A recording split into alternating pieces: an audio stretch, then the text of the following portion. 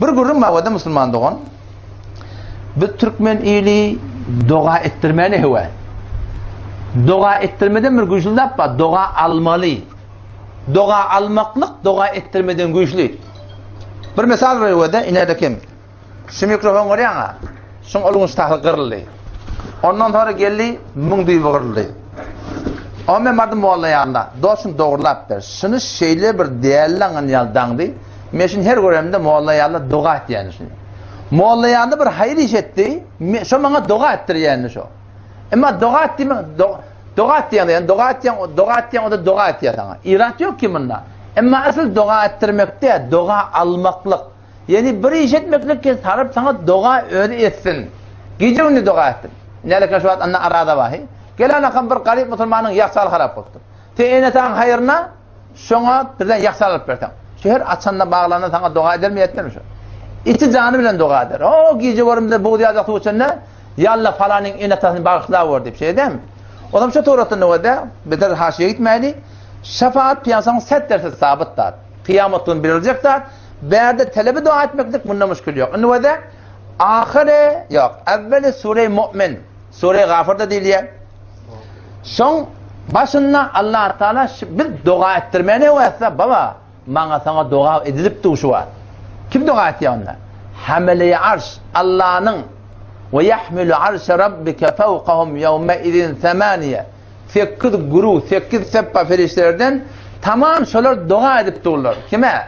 اَلَّذ۪ينَ يَحْمِلُونَ الْعَرْشَ وَمَنْ حَوْلَهُ يُسَبِّحُونَ بِحَمْدِ رَبِّهِمْ وَيُؤْمِنُونَ بِهِ وَيَسْتَغْفِرُونَ لِلَّذ۪ينَ آمَنُوا. Şu hamile arş tamam imanlı adamlara dua edip dururlar. Peki ne etmeli? İçinden imanlı olacak olmalı. وَيَسْتَغْفِرُونَ لِلَّذ۪ينَ آمَنُوا. Bir dualar şu da رَبَّنَا وَسِعْتَ كُلَّ شَيْءٍ رَحْمَةً وَعِلْمًا فَاغْفِرْ لِلَّذ۪ينَ تَابُوا وَاتَّبَعُوا سَب۪يلَكَ وَقِهِمْ عَذَابَ الْجَحِيمِ. Bağışla var ya Allah şolun günahlarını, imanlı adamların günahlarını, tövbe eden adamların günahlarını ve şolların cehennemin azabından necat vere var. Bir önüne dua. Sana dua ettirecek mi? Yine şu hamileyaz dua ettiler.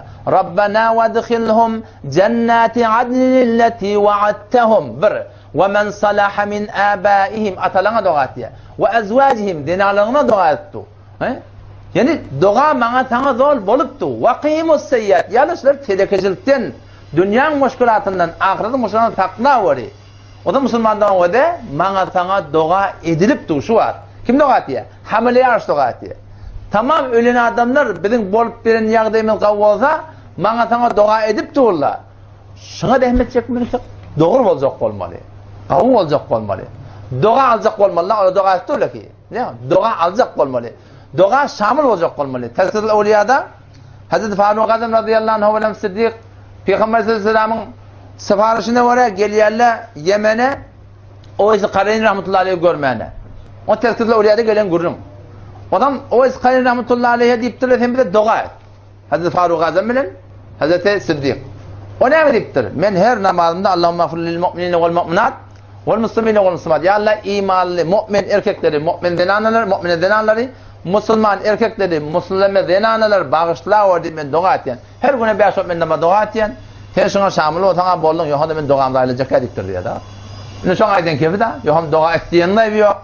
Dua aldıran, dua ettibaydan da yok. Yani asıl dua ettirecek olmalı. Dua almadan dua ettirmek için Müslüman dua.